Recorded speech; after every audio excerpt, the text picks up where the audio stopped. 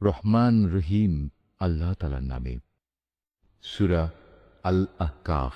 রহমান রহিম আল্লাহ তাআলার নামে। হামিম। আল্লাহ তাআলার কাছ থেকেই এ মহাগ্রন্থ আল কোরআনের অবতরণ, যিনি মহাপরাক্রমশালী ও প্রবল প্রজ্ঞাময়। আকাশমণ্ডলী ও জমিন এবং তাদের উভয়ের মাঝে যা কিছু রয়েছে, এর সব কিছু আমি একটি নির্ভুল লক্ষ্য ছাড়া সৃষ্টি করিনি, এবং এগুলো এক সুনির্দিষ্ট সময়ের জন্য পয়দা করেছি। কিন্তু এ মহাসত্যের অস্বীকারী ব্যক্তিরা যে যে জিনিস দিয়ে তাদের সতর্ক করা হয়েছিল তার থেকে মুখ ফিরিয়ে নেয়। হে নবী, তুমি তাদের বলো, তোমরা কখনো কি ভেবে দেখেছ, আর যাদের তোমরা আল্লাহর পরিবর্তে ডাকছ, আমাকে একটু দেখাও তো, তারা এ জমিনের কোনো অংশ কি নিজেরা বানিয়েছে, অথবা এই আকাশমণ্ডলী বানানোর কাজে তাদের কি কোনো ভূমিকা আছে? এর আগের কেতাবপত্র কিংবা সে সূত্র ধরে চলে আসা জ্ঞানের অন্য কোনো অবশিষ্ট প্রমাণ যদি তোমাদের হাতে মজুদ থাকে, তাহলে তাও এনে আমার কাছে হাজির করো, যদি তোমরা সত্যবাদী হও। তার চেয়ে বেশি বিভ্রান্ত আর কে হতে পারে, যে আল্লাহ তাআলাকে বাদ দিয়ে এমন কাউকে ডাকে যে কিয়ামত পর্যন্ত ডাকলেও তার ডাকে সাড়া দিতে পারবে না। তারা তো তাদের ভক্তদের ডাক থেকে সম্পূর্ণ বেখবর। যখন গোটা মানব জাতিকে জড়ো করা হবে, তখন এরা তাদের দুশমনে পরিণত হয়ে যাবে এবং এরা তাদের ইবাদতও সম্পূর্ণ অস্বীকার করবে। যখন এদের কাছে আমার সুস্পষ্ট আয়াতসমূহ পড়ে শোনানো হয়, তখন কাফেররা সে সত্য সম্পর্কে বলে, যা তখন তাদের সামনে এসে গেছে, এটা হচ্ছে সুস্পষ্ট জাদু। তারা কি একথা বলতে চায় সে রসূল নিজে তা বানিয়ে নিয়েছে?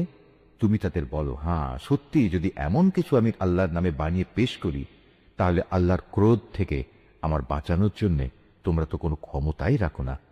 আল্লাহ তাআলা ভালো করে জানেন তোমরা এ ব্যাপারে কি কি কথা নিজেরা বানিয়ে বানিয়ে বলছো, এবং তোমাদেরও আমার মাঝে কে কথা বানাচ্ছে।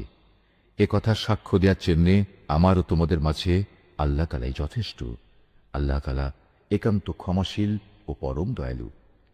তুমি বলো, রসূলদের মাঝে আমি তো নতুন নই, আমি এও জানি না আমার সাথে কি ধরনের আচরণ করা হবে এবং তোমাদের সাথেই বা কি ব্যবহার করা হবে।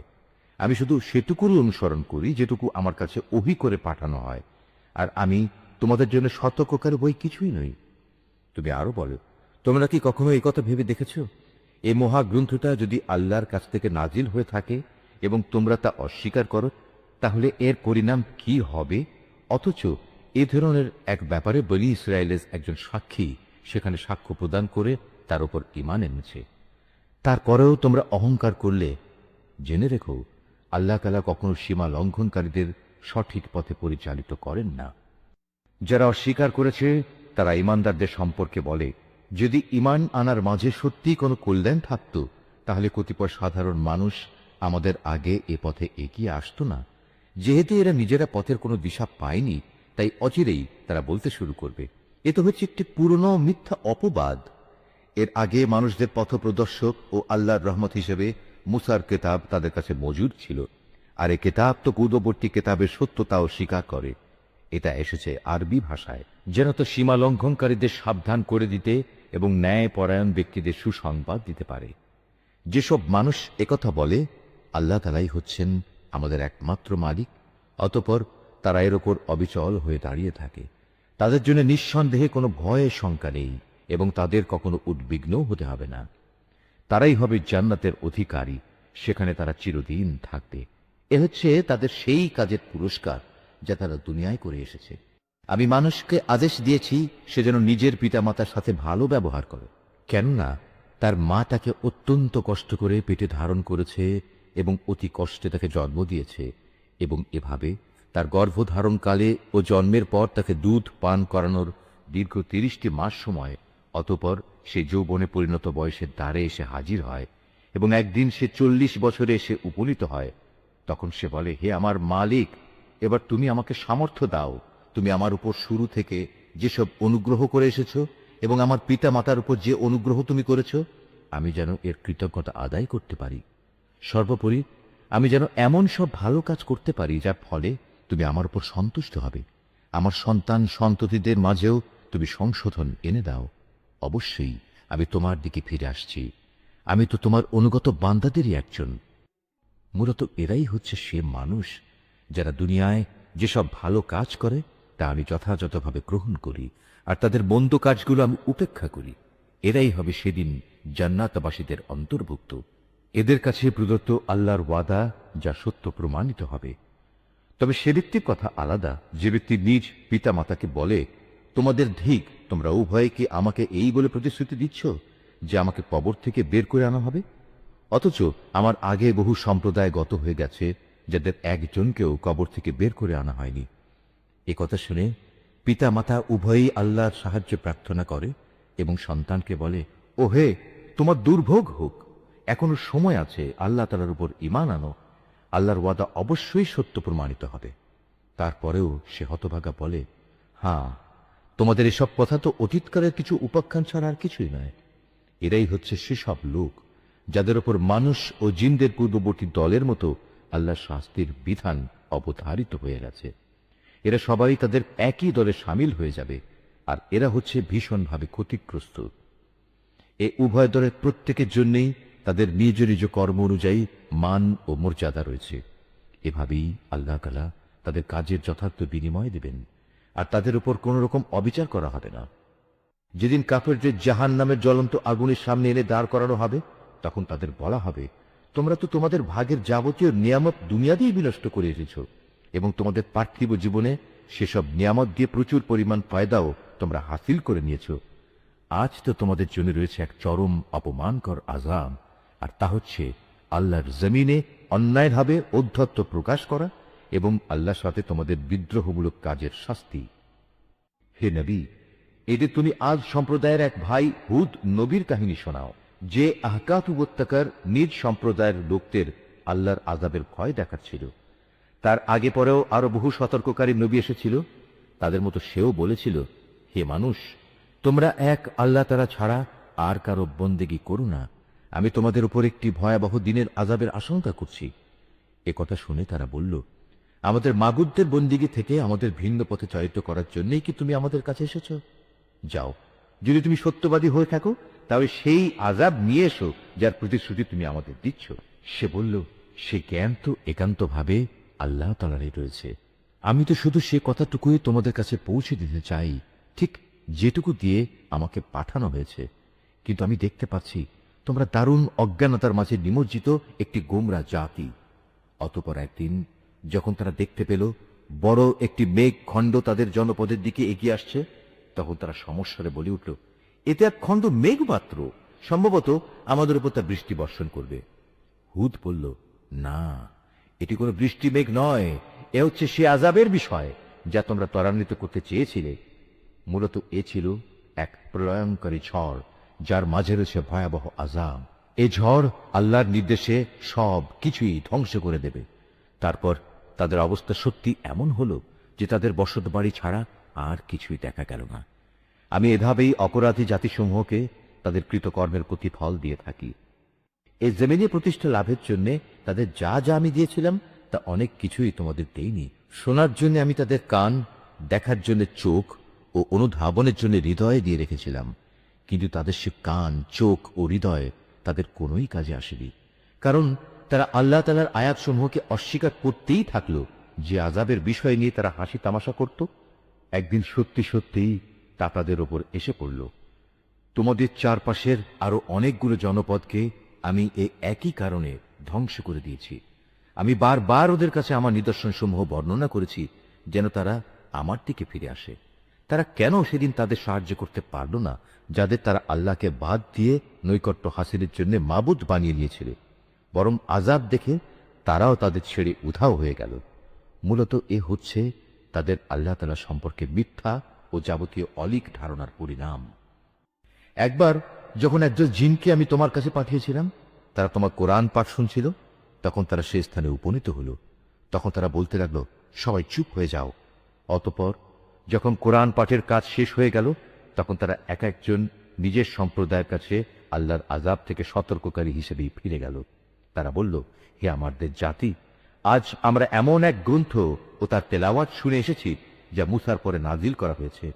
এই গ্রন্থ আগের পাঠানো সব গ্রন্থের সত্যতা স্বীকার করে। এই গ্রন্থটি সবাইকে সত্য ও সঠিক পথের দিকে পরিচালিত করে।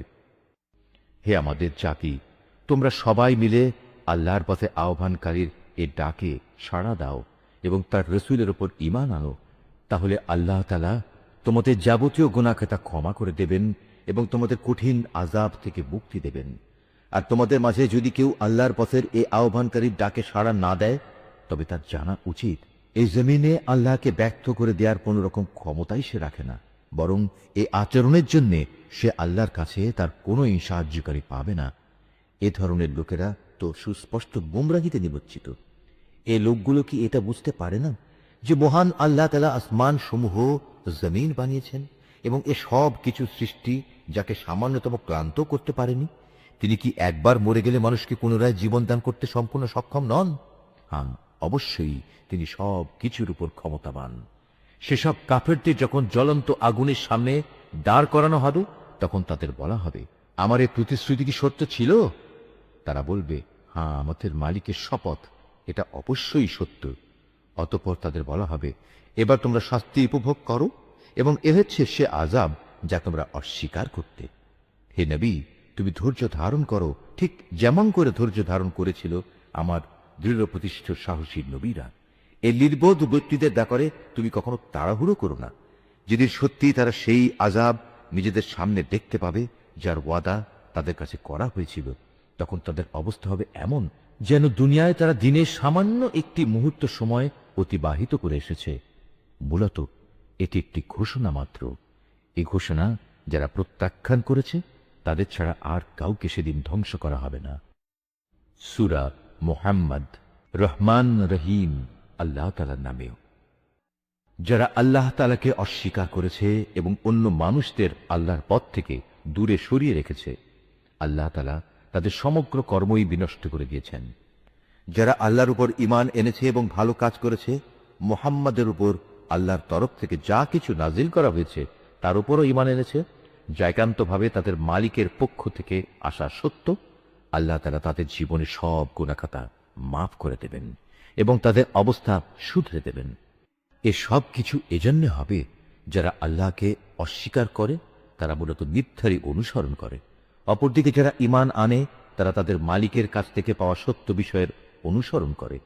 আর এভাবেই আল্লাহ তাআলা এদের জন্য তাদের দৃষ্টান্ত স্থাপন করেন। অতএব যুদ্ধের ময়দানে যখন তোমরা কাফেরদের সম্মুখীন হবে, তখন তোমরা তাদের গর্দানে আঘাত করো। অতঃপর এভাবে তাদের অনেককেই যখন হত্যা করবে, তখন তোমরা বন্দীদের শক্ত করে বেঁধে রাখো। এরপর বন্দীদের মুক্ত করে দেবে কিংবা তাদের কাছ থেকে মুক্তিপণ আদায় করে ছেড়ে দেবে। এটা একান্তই তোমাদের ব্যাপার। তবে যতক্ষণ যুদ্ধ তার অস্ত্রের বোঝা ফেলে না দেবে, ততক্ষণ পর্যন্ত তোমরাও অস্ত্র সংবরণ করো না। এটাই তোমাদের করা উচিত। অথচ আল্লাহ তাআলা চাইলে যুদ্ধ ছাড়াই তাদের পরাজয়ের শাস্তি দিতে পারতেন। তিনি এক দলকে দিয়ে আরেক দলের পরীক্ষা নিতে চাইলেন। যারা আল্লাহর পথে জীবন দিয়েছে, আল্লাহ তাআলা তাদের কর্ম কখনো বিনষ্ট হতে দেবেন না। তিনি অবশ্যই তাদের সঠিক পথে পরিচালিত করেন এবং তাদের সার্বিক অবস্থাও তিনি শুধরে দেবেন। এর বিনিময়ে তিনি তাদের জান্নাতে প্রবেশ করিয়ে দেবেন, যার পরিচয় তিনি তাদের কাছে আগেই করে রেখেছেন। ওহে মানুষ, যারা আল্লাহর উপর ঈমান এনেছো, তোমরা যদি দ্বীন প্রতিষ্ঠার কাজে আল্লাহকে সাহায্য করো, তাহলে তিনিও তোমাদের দুনিয়া আখিরাতে সাহায্য করবেন এবং মিথ্যার মোকাবেলায় এই জমিনের বুকে তিনি তোমাদের পদযুগল মজবুত রাখবেন। যারা আল্লাহকে অস্বীকার করেছে, তাদের জন্য রয়েছে নিশ্চিত ধ্বংস। আল্লাহ তাআলা তাদের যাবতীয় কর্মই বিনষ্ট করে দেবেন। এর কারণ হচ্ছে আল্লাহ তাআলা তাদের জন্য যা কিছু পাঠিয়েছেন তারা তা অপছন্দ করেছে, ফলে আল্লাহ তাআলাও তাদের যাবতীয় কর্ম বিনষ্ট করে দিয়েছে। এই লোকগুলো কি আল্লাহর জমিনে পরিভ্রমণ করে দেখতে পারে না? বিদ্রোহের পরিণামে তাদের পূর্ববর্তী লোকদের কি অবস্থা হয়েছিল?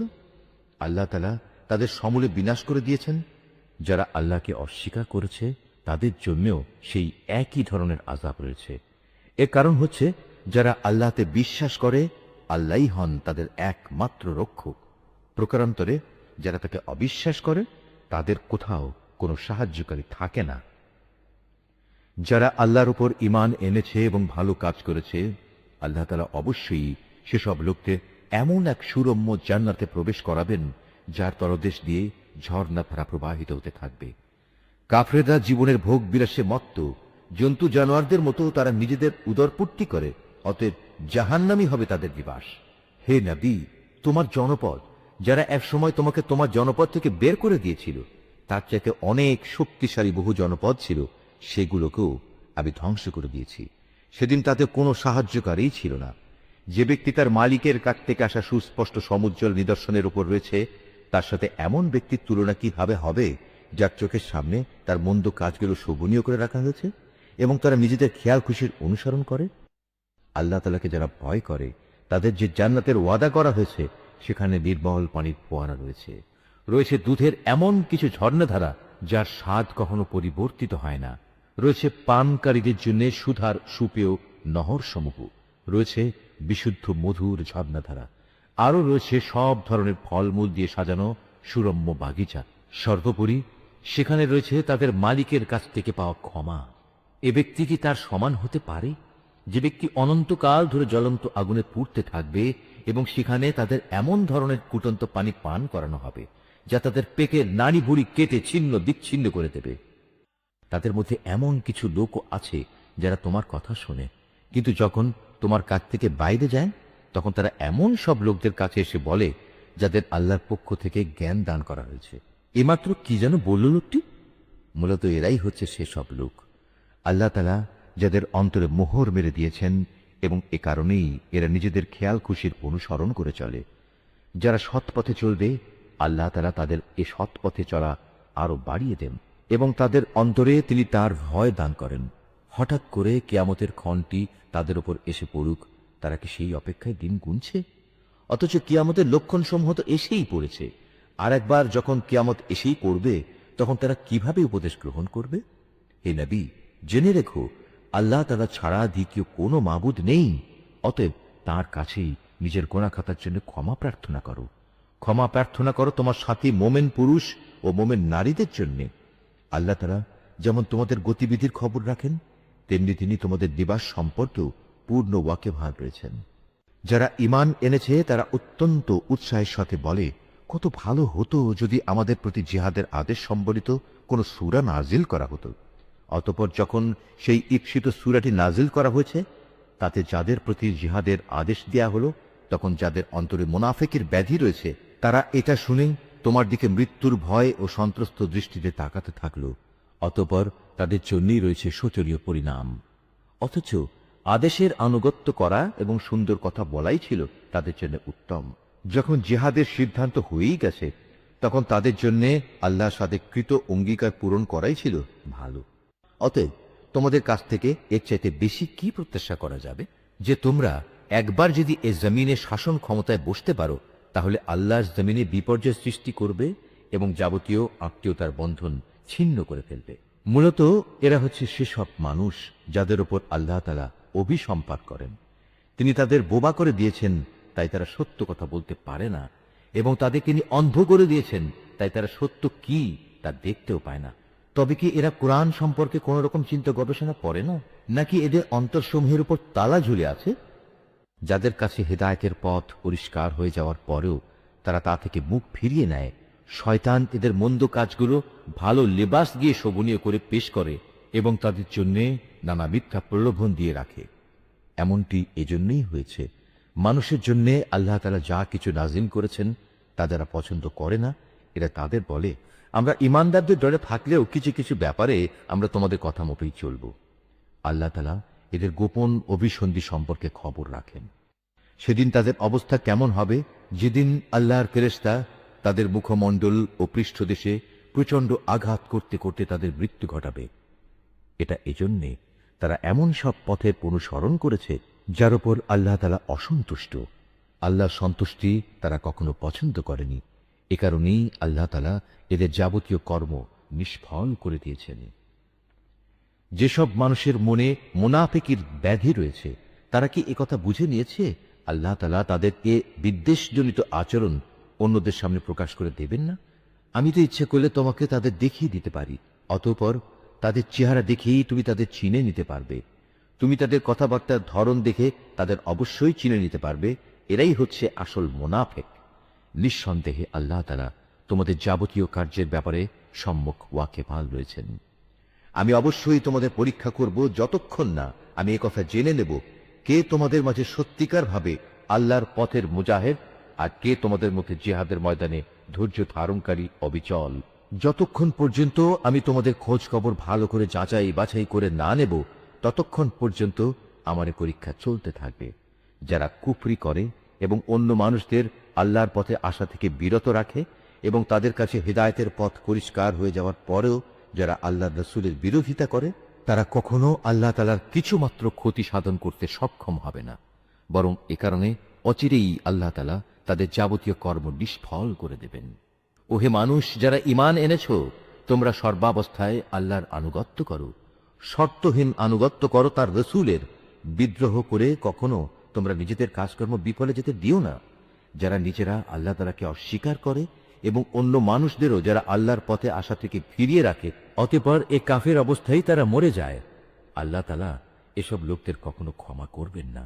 অতএব তোমরা কখনো হতোদ্যম হয়ে পড়ো না এবং কাফেরদের সন্ধির দিকে টেকো না, কেননা শেষতক বিজয়ী তোমরাই হবে।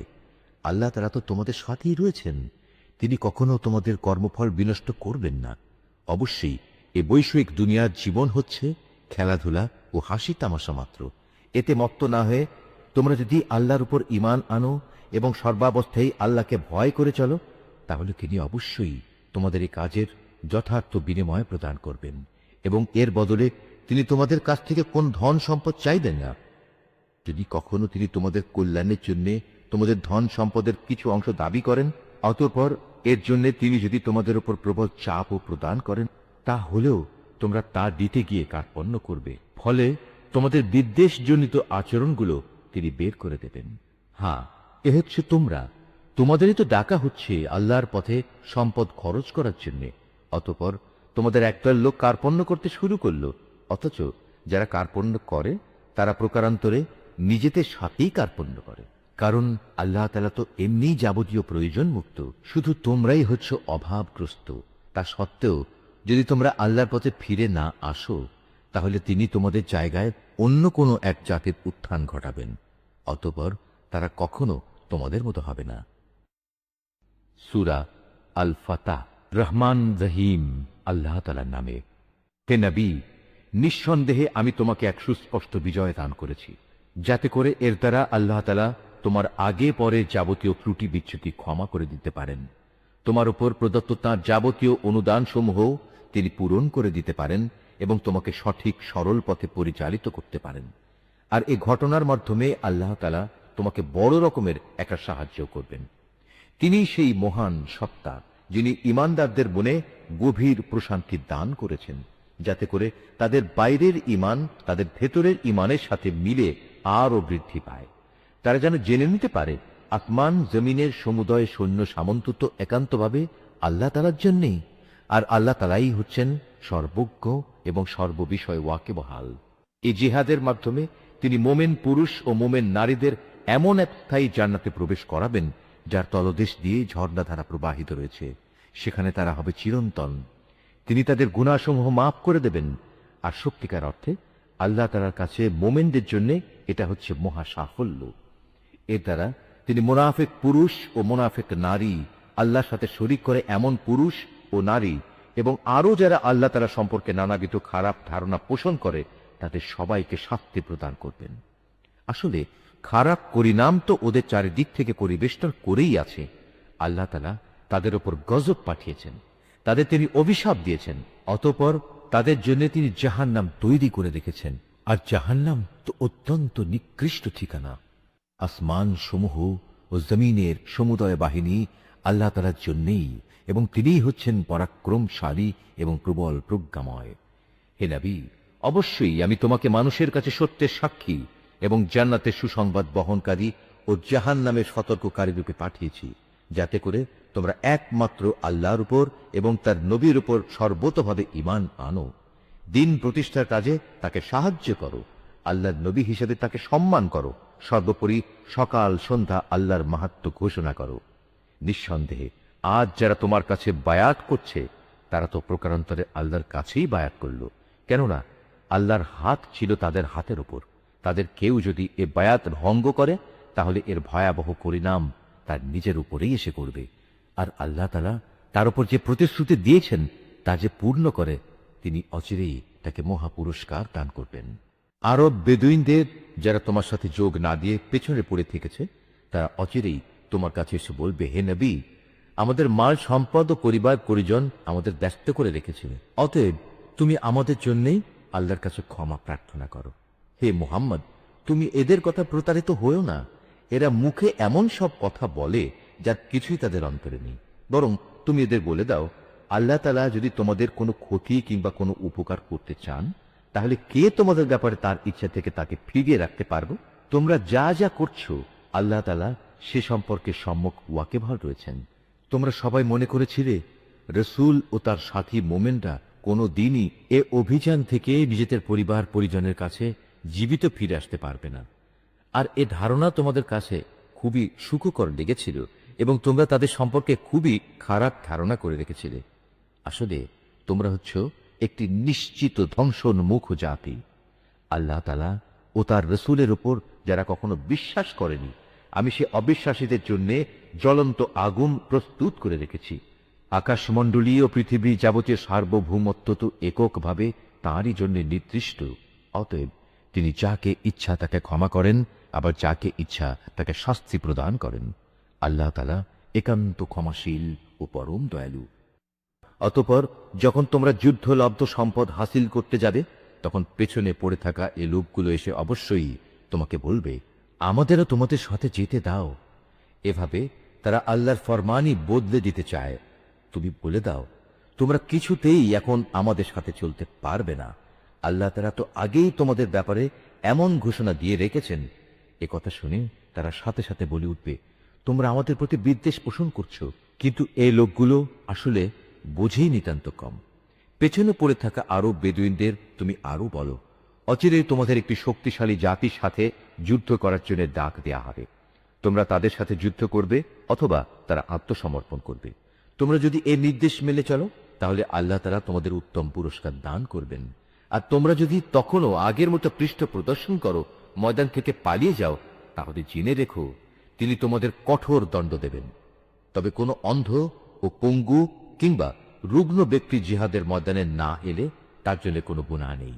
এবং যে কোনো ব্যক্তি আল্লাহ তাআলা ও তার রাসূলের আনুগত্য করবে, তিনি তাকে এমন এক জান্নাতে প্রবেশ করাবেন যার তলদেশে ঝর্ণাধারা প্রবহমান থাকবে। আবার যে ব্যক্তি আল্লাহর আনুগত্য থেকে মুখ ফিরিয়ে নেবে, তিনি তাকে মর্মন্তুদ শাস্তি দেবেন। ঈমানদার ব্যক্তিরা যখন গাছের নিচে বসে তোমার হাতে আনুগত্যের বায়াত করছিল, তখন আল্লাহ তাআলা তাদের উপর খুবই সন্তুষ্ট হয়েছেন। তাদের মনের উদ্বেগজনিত অবস্থার কথা আল্লাহ তাআলা ভালো করেই জানতেন। তাই তিনি তা দূর করার জন্য তাদের উপর মানসিক প্রশান্তি নাজিল করলেন এবং আসন্ন বিজয় দিয়ে তাদের তিনি পুরস্কৃত করলেন। তাছাড়া রয়েছে বিপুল পরিমাণ যুদ্ধলব্ধ সম্পদ যা তারা লাভ করবে। আল্লাহ তাআলা অনেক শক্তিশালী ও প্রজ্ঞাময়। আল্লাহ তাআলা তোমাদের আরো প্রতিশ্রুতি দিয়েছেন, আগামীতেও তোমরা বিপুল পরিমাণ যুদ্ধলব্ধ সম্পদের অধিকারী হবে। এরপরে আল্লাহ তাআলা এই বিজয়কে তোমাদের জন্য ত্বরান্বিত করেছেন এবং অন্যদের হাত থেকে তোমাদের রক্ষা করেছেন, যাতে করে এটা মুমিনদের জন্য আল্লাহ তাআলার একটা নিদর্শন হতে পারে এবং এর দ্বারা তিনি তোমাদের সঠিক পথে পরিচালিত করতে পারেন। এছাড়াও অনেক সম্পদ রয়েছে যার উপর এখনো তোমাদের কোনো অধিকার প্রতিষ্ঠিত হয়নি। আসমান জমিনের সমুদয় সম্পদ তা তো আল্লাহ তাআলা নিজেই পরিবেষ্টন করে আছেন, আর আল্লাহ তাআলা সব কিছুর উপর একক ক্ষমতায় ক্ষমতাবান। সেদিন যদি কাফেররা তোমাদের সাথে সম্মুখ সমরে এগিয়ে আসত, তাহলে তারা পৃষ্ঠ প্রদর্শন করে ময়দান থেকে পালিয়ে যেত। অতঃপর তারা কোনো সাহায্যকারী ও বন্ধু পেত না। এ হচ্ছে আল্লাহ তাআলার চিরন্তন নিয়ম, যা আগে থেকে একই ধারায় চলে আসছে। তুমি কোথাও আল্লাহ তাআলার এই নিয়মের কোনো রদবদল দেখতে পাবে না। তিনিই মহান আল্লাহ, যিনি মক্কা নগরীর অদূরে তাদের উপর তোমাদের নিশ্চিত বিজয় দানের পর তাদের হাত তোমাদের থেকে এবং তোমাদের হাত তাদের থেকে নিবৃত্ত করেছেন। আর তোমরা যা করছিলে আল্লাহ তাআলা তার সব কিছুই দেখছিলেন। তারা তো সেসব অপরাধী মানুষ যারা আল্লাহ তাআলা ও তার রাসূলকে অস্বীকার করেছে এবং তোমাদের আল্লাহর ঘর তাওয়াফ করা থেকে বাধা দিয়েছে এবং কোরবানির উদ্দেশ্যে আনিত পশুগুলোকে তাদের নির্ধারিত স্থান পর্যন্ত পৌঁছতে বাধা দিয়েছে। যদি সেদিন মক্কা নগরীতে এমন সব মোমেন পুরুষ ও নারী অবস্থান না করত, যাদের অনেককেই তোমরা জানতে না, তাছাড়া যদি এই আশঙ্কা না থাকতো যে একান্ত অজান্তে তোমরা তাদের পদদলিত করে দেবে এবং এজন্যে তোমরা করে হয়তো অনুতপ্তও হবে, তাহলে এই যুদ্ধ বন্ধ করা হতো না। যুদ্ধ তো এ কারণেই বন্ধ করা হয়েছিল যে এর দ্বারা আল্লাহ তাআলা যাকে চান তাকে নিজের রহমতের আওতায় নিয়ে আসেন। যদি সেদিন তারা কাফেরদের থেকে পৃথক হয়ে যেত, তাহলে মক্কার অবশিষ্ট কাফেরদের আমি কঠিন ও মর্মান্তিক শাস্তি দিতাম। এ কারণেই যখন এ কাফেররা নিজেদের মনে জাহেলিয়াতের ঔদ্ধত্য জমিয়ে নিয়েছিল, তখন তাদের মোকাবেলায় আল্লাহ তাআলা তার রসুলের ওপর ও তার সাথী মোমেনদের ওপর এক মানসিক প্রশান্তি নাযিল করে দিলেন, এবং এ অবস্থায়ও তিনি তাদের আল্লাহকে ভয় করে চলার নীতির উপর কায়েম রাখলেন। মূলত তারাই ছিল আল্লাহর পক্ষ থেকে প্রশান্তি পাওয়ার অধিকতর যোগ্য ব্যক্তি। আল্লাহ তাআলা সব কিছুর ব্যাপারেই যথার্থ জ্ঞান রাখেন। রুকু 4। অবশ্যই আল্লাহ তাআলা তার রসুলের স্বপ্ন সত্যে পরিণত করে দেখিয়েছেন। রসুল স্বপ্নে দেখেছিল, একদিন অবশ্যই তোমরা আল্লাহ তাআলার ইচ্ছায় নিরাপদে মসজিদুল হারামে প্রবেশ করতে। তোমাদের কেউ তখন মাথা মুন্ডন করা অবস্থায়, আবার কেউ মাথা চুল কাটা অবস্থায় থাকবে। তোমাদের মনে তখন আর কোনো রকম ভয় ভীতি থাকবে না। স্বপ্নের এ কথা আল্লাহ তাআলা ভালো করেই জানতেন, যার কিছুই তোমাদের জানা ছিল না। অতঃপর বড় বিজয়ের ব্যাপারটি আসার আগেই আল্লাহ তাআলা তোমাদের জন্য এ আশু বিজয় দান করেছেন। তিনিই হচ্ছেন সেই মহান সত্তা যিনি তার রসুলকে যথার্থ পথ নির্দেশ ও সঠিক জীবন বিধান দিয়ে পাঠিয়েছেন, যাতে করে আল্লাহর রসুল দুনিয়ার অন্য সব বিধানের উপর একে বিজয় করে দিতে পারে। সত্যের পক্ষে সাক্ষ্য দেওয়ার জন্য আল্লাহ তাআলাই যথেষ্ট। মুহাম্মদ আল্লাহ তাআলার রসুল। অন্য যেসব লোক তার কাছে আছে তারা নীতির প্রশ্নে কাফেরদের প্রতি অত্যন্ত কঠোর, আবার তারা নিজেদের মধ্যে একান্ত সহানুভূতিশীল। তুমি যখনই তাদের দেখবে তারা রুকু ও সাজদাবনত অবস্থায় রয়েছে, আল্লাহর অনুগ্রহ ও তার সন্তুষ্টি কামনা করছে। তাদের বাহ্যিক চেহারায়ও এই আনুগত্য ও সাজদার চিহ্ন রয়েছে। তাদের উদাহরণ যেমন বর্ণিত রয়েছে তাওরাতে, তেমনি তাদের উদাহরণ রয়েছে ইনজিলেও। আর তা হচ্ছে, যেমন একটি বীজ যা থেকে বেরিয়ে আসে একটি ছোট্ট কিশলয়, অতঃপর তা শক্ত ও মোটা তাজা হয় এবং পরে স্বীয় কাণ্ডের উপর তা দৃঢ়ভাবে দাঁড়িয়ে যায়। চারাগাছটির অবস্থা তখন চাষির মনকে খুশিতে উৎফুল্ল করে তোলে। এভাবে একটি মোমেন সম্প্রদায়ের পরিশীলনের ঘটনা দ্বারা আল্লাহ তাআলা কাফেরদের মনে হিংসা ও জ্বালা সৃষ্টি করেন। আবার এদের মাঝে যারা আল্লাহ তাআলা ও তার রসুলের উপর ঈমান আনে এবং নেক আমল করে, আল্লাহ তাআলা তাদের জন্য তার ক্ষমা ও মহা পুরস্কারের প্রতিশ্রুতি দিয়েছেন। সূরা আল হুজুরাত। রহমান রহিম আল্লাহ তাআলার নামে। ওহে মানুষ, তোমরা যারা ঈমান এনেছ, আল্লাহ তাআলা ও রসুলের সামনে কখনো অগ্রণী হও না এবং সর্বদা আল্লাহকে ভয় করে চলো। আল্লাহ তাআলা নিঃসন্দেহে সব কিছু শোনেন এবং দেখেন। হে ঈমানদার ব্যক্তিরা, কখনো নিজেদের আওয়াজ নবীর আওয়াজের উপর উঁচু করো না, এবং নিজেরা যেভাবে একে অপরের সাথে উঁচু গলায় আওয়াজ করো, নবীর সামনে কখনো সে ধরনের উঁচু আওয়াজে কথা বলো না। এমন যেন কখনো না হয় যে তোমাদের সব কাজকর্ম এ কারণেই বরবাদ হয়ে যাবে এবং তোমরা তা জানতেও পারবে না। যারা আল্লাহর রসুলের সামনে নিজেদের গলার আওয়াজ নিম্নগামী করে রাখে, তারা হচ্ছে সেসব মানুষ যাদের মন মগজকে আল্লাহ তাআলা তাকওয়ার জন্য যাচাই বাছাই করে নিয়েছেন। এমন ধরনের ব্যক্তির জন্যই রয়েছে আল্লাহর ক্ষমা ও অসীম পুরস্কার। হে নবী, যারা তোমাকে সময় অসময় তোমার কক্ষের বাইরে থেকে ডাকে, তাদের অধিকাংশই নির্বোধ লোক। যতক্ষণ তুমি তাদের কাছে বের হয়ে না আসো, ততক্ষণ পর্যন্ত তারা যদি ধৈর্য ধরে অপেক্ষা করত, তাহলে এটা তাদের জন্য হতো খুবই উত্তম। আল্লাহ তাআলা ক্ষমাশীল ও পরম দয়ালু।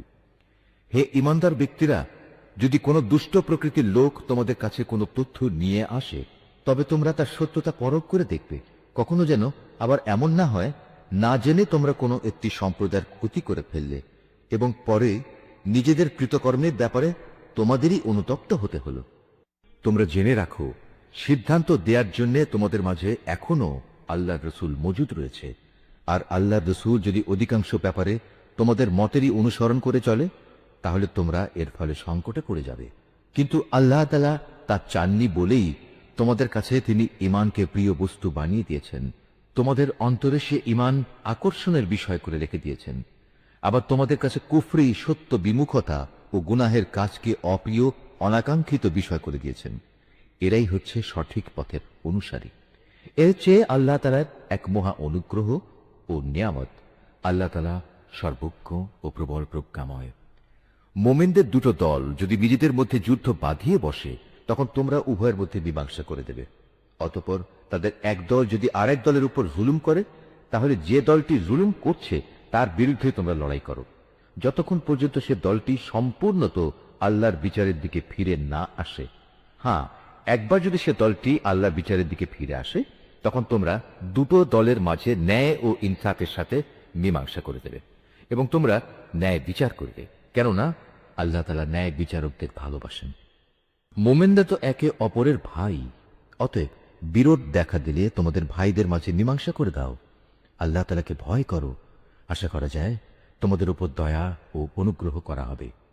ওহে মানুষ, তোমরা যারা ঈমান এনেছ, তোমাদের কোনো পুরুষ যেন অপর পুরুষকে নিয়ে কোনো উপহাস না করে, কেননা এমনও তো হতে পারে যাদের আজ উপহাস করা হচ্ছে তারা উপহাসকারীদের চাইতে উত্তম। আবার নারীরাও যেন অন্য নারীদের উপহাস না করে, কারণ যাদের উপহাস করা হয় হতে পারে তারা উপহাসকারিণীদের চাইতে অনেক ভালো। আরো মনে রাখবে, একজনই আরেকজনকে অযথা দোষারোপ করবে না, আবার একজন আরেকজনকে খারাপ নাম ধরেও ডাকবে না, কারণ একবার ঈমান আনার পর কাউকে খারাপ নামে ডাকা একটা বড় ধরনের অপরাধ। যারা এর আচরণ থেকে ফিরে না আসবে তারা হবে সত্যিকার জালেম। হে ঈমানদার ব্যক্তিরা, তোমরা বেশি বেশি অনুমান করা থেকে বেঁচে থাকো, কেননা কিছু কিছু ক্ষেত্রে অনুমান আসলেই অপরাধ। এবং একে অপরের দোষ খোঁজার জন্য তার পেছনে গোয়েন্দাগিরি করো না। একজন আরেকজনের গীবত করো না। তোমাদের কেউ কি তার মৃত ভাইয়ের গোশত খেতে পছন্দ করবে? আর অবশ্যই তোমরা এটা অত্যন্ত ঘৃণা করো। এসব ব্যাপারে আল্লাহকে ভয় করো। নিশ্চয়ই আল্লাহ তাআলা তওবা কবুল করেন এবং তিনি একান্ত দয়ালু। হে মানব সম্প্রদায়, আমি তোমাদের একটি পুরুষ ও একটি নারী থেকে সৃষ্টি করেছি। তারপর আমি তোমাদের জন্য জাতি ও গোত্র বানিয়েছি, যাতে করে এর মাধ্যমে তোমরা একে অপরের সাথে পরিচিত হতে পারো। কিন্তু আল্লাহর কাছে সর্বাধিক মর্যাদা সম্পন্ন ব্যক্তি হচ্ছে সে যে আল্লাহ তাআলাকে বেশি ভয় করে। অবশ্যই আল্লাহ তাআলা সব কিছু জানেন এবং সব কিছুর পুঙ্খানুপুঙ্খ খবর রাখেন। এ আরব বেদুইনরা বলে, আমরা তো ঈমান এনেছি।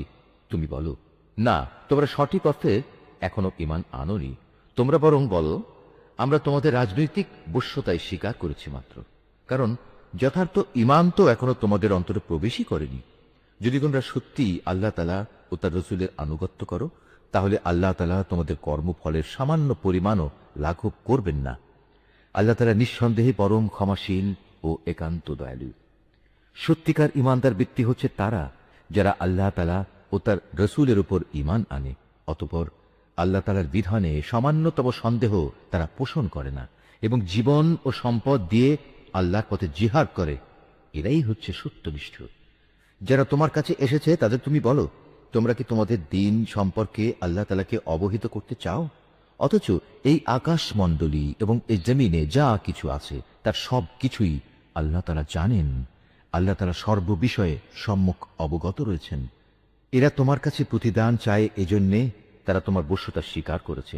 তুমি তাদের বলো, তোমাদের বশ্যতা স্বীকার করা প্রতিদান চাইতে আমার কাছে এসো না, বরং যদি তোমরা যথার্থ সত্যনিষ্ঠ হয়ে থাকো তাহলে জেনে রেখো, আল্লাহ তাআলাই তোমাদের ঈমানের পথে পরিচালিত করে তোমাদের ধন্য করেছেন। নিশ্চয়ই আল্লাহ তাআলা এই আকাশমণ্ডলী ও পৃথিবীর যাবতীয় অদৃশ্য বিষয় সম্পর্কে অবগত আছেন। এই জমিনে তোমরা যা করে বেড়াও তার সব কিছুই আল্লাহ তাআলা পর্যবেক্ষণ করেন। সূরা কাফ। রহমান রহিম আল্লাহ তাআলার নামে। কাফ। মর্যাদা সম্পন্ন কোরআনের শপথ, অবশ্যই আমি তোমাকে রাসূল করে পাঠিয়েছি। একথা অনুধাবন না করে বরং তারা বিস্ময় বোধ করে। তাদের নিজেদের মাঝ থেকে কি করে একজন সতর্ককারী নবী তাদের কাছে এলো।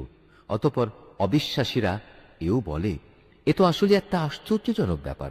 এটা কি এমন যে আমরা যখন মরে যাব এবং আমরা যখন মাটি হয়ে যাব তখন পুনরায় আমাদের জীবন দান করা হবে? এ তো সত্যি এক সুদূর পরাহত ব্যাপার। আমি তো এও জানি মৃত্যুর পর তাদের দেহ থেকে কতটুকু অংশ জমিন বিনষ্ট করে, আর আমার কাছে একটি গ্রন্থ আছে যেখানে সব বিবরণ সংরক্ষিত রয়েছে। উপরন্তু এদের কাছে যখনই সত্য এসে হাজির হয়েছে তখনই তারা তা প্রত্যাখ্যান করেছে। অতঃপর তারা সংশয়ে দোদুল্যমান থাকে। এই লোকগুলো কি কখনো তাদের উপরে ভাসমান আকাশের দিকে তাকিয়ে দেখেনি কিভাবে তা আমি বানিয়ে রেখেছি এবং কি অপরূপ সাজে আমি তা সাজিয়ে রেখেছি? কই, এর কোথাও কোনো ক্ষুদ্রতম ফাটলও তো নেই। আমি জমিনকে বিছিয়ে দিয়েছি নড়াচড়া থেকে রক্ষা করার জন্য। আমি তার মধ্যে স্থাপন করেছি মজবুত ও অনড় পাহাড় সমূহ।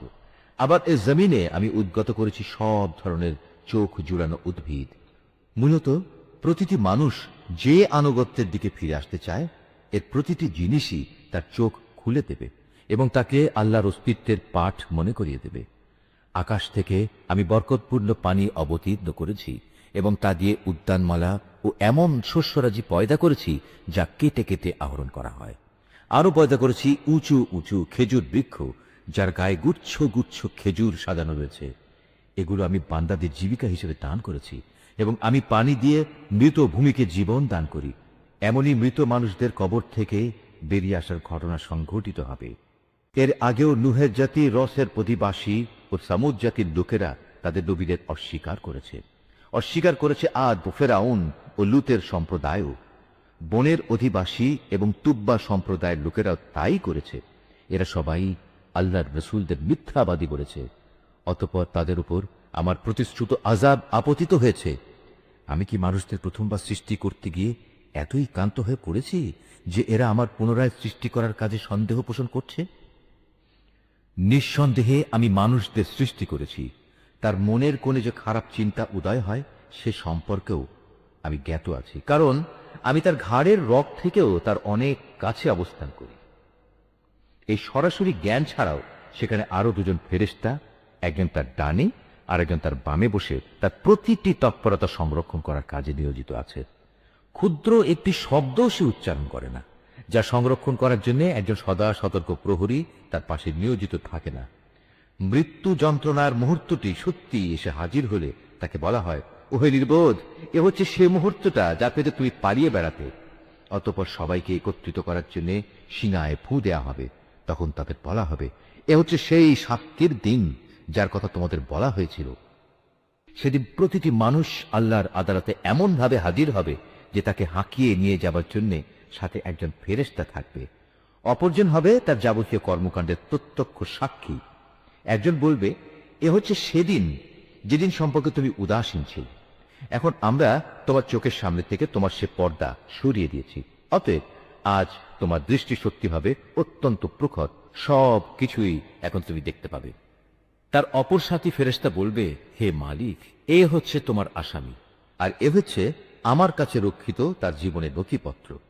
অতঃপর উভয় ফেরেশতাকে বলা হবে, তোমরা দুজন মিলে একে এবং এর সাথে প্রতিটি উদ্ধত প্রদর্শনকারী কাফেরকে জাহান্নামে নিক্ষেপ করো।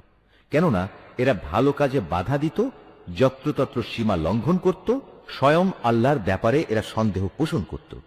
যে ব্যক্তি আল্লাহ তাআলার সাথে অন্য কিছুকে মাবুদ বানিয়ে নিত, তাকেও আজ জাহান্নামের কঠিন আযাবে নিক্ষেপ করো।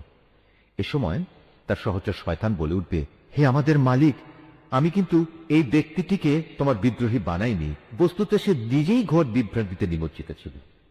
আল্লাহ তাআলা বলবেন, এখন তোমরা আমার সামনে বাক বিতরণটা করো না। আমি তো আগেই তোমাদের অধ্যকার আযাব সম্পর্কে সতর্ক করে দিয়েছিলাম। আমার এখানে কোনো কথারই রদ বদল হয় না।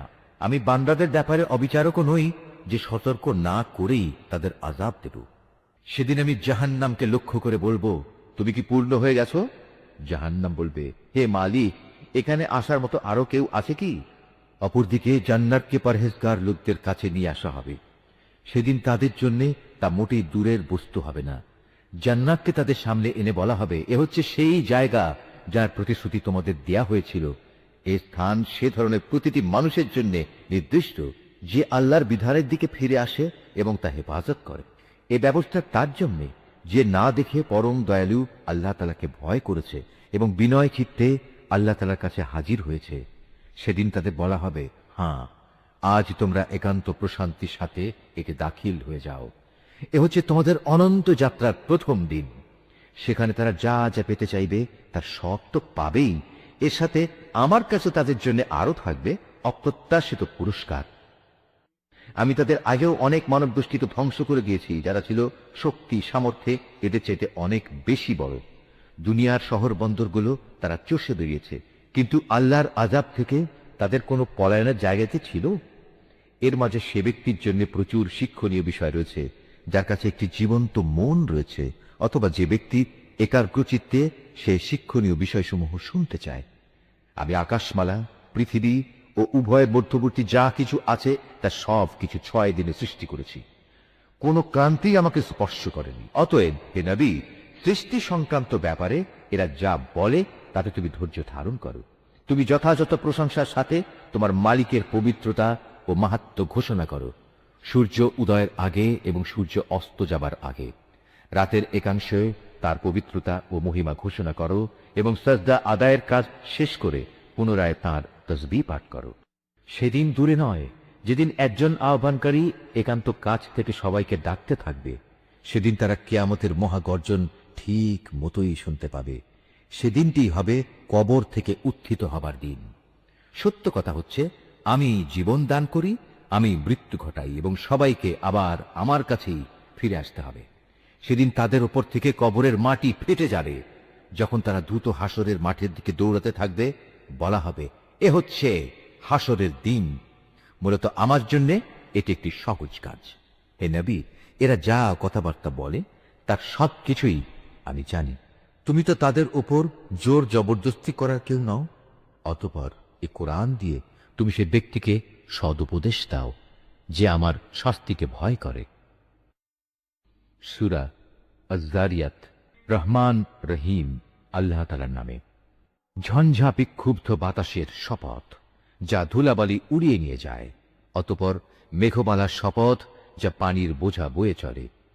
জলযান সমূহের শপথ, যা ধীরে ধীরে এগিয়ে চলে। অতঃপর তাদের ফেরেশতাদের শপথ, যারা আল্লাহর আদেশ মোতাবেক প্রত্যেক বস্তু বন্টন করে। কিয়ামতের যে দিনের ওয়াদা তোমাদের সাথে করা হচ্ছে তা অবশ্যম্ভাবী সত্য। বিচার আচারের একটা দিন অবশ্যই আসবে। বহু কক্ষ বিশিষ্ট আকাশের শপথ, তোমরাও কিয়ামতের ব্যাপারে নানা কথাবার্তার মধ্যে নিমজ্জিত রয়েছ। মূলত সে ব্যক্তি গোমরা হয়ে গেছে যে আখেরাতের এই বিশ্বাস পরিত্যাগ করেছে।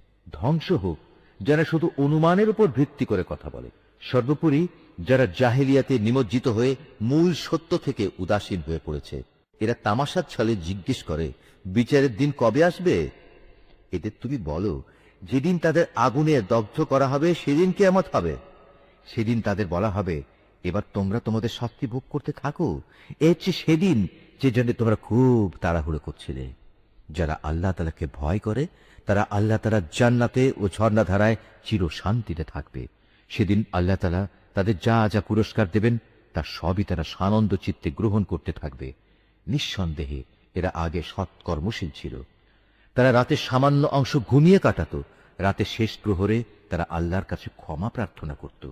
এরা বিশ্বাস করত তাদের ধন সম্পদে প্রার্থী ও বঞ্চিত লোকদের অধিকার রয়েছে।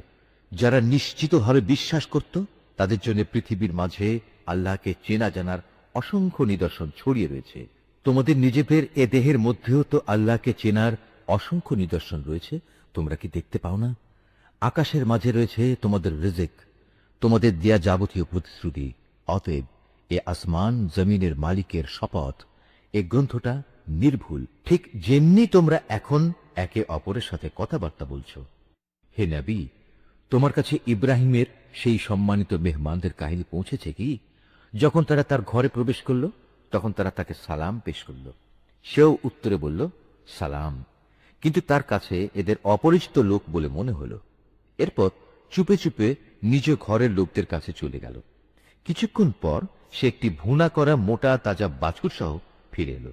অতঃপর সে তা তাদের সামনে পেশ করল এবং বলল, কি ব্যাপার, তোমরা খাচ্ছ না যে? তাদের খেতে না দেখে সে মনে মনে তাদের ব্যাপারে ভয় পেল। তার ভয় দেখে তারা বলল, তুমি ভয় করো না। তার সাথে তারা তাকে গুণধর একটি পুত্র সন্তানের সুসংবাদ দিল। এটা শুনে তার স্ত্রী চিৎকার করতে করতে সামনে এলো এবং খুশিতে নিজের মাথায় হাত মারতে মারতে বলল, কিভাবে তা সম্ভব? আমি তো বৃদ্ধা এবং বন্ধ্যা। তারা বলল, হ্যাঁ, এভাবেই তোমার মালিক বলেছেন। তিনি প্রবল প্রজ্ঞাময়, তিনি সব কিছু জানেন। এটা তার জন্য অসম্ভব কিছু নয়। নিশ্চয়ই আল্লাহ যা বলেছেন সত্য বলেছেন।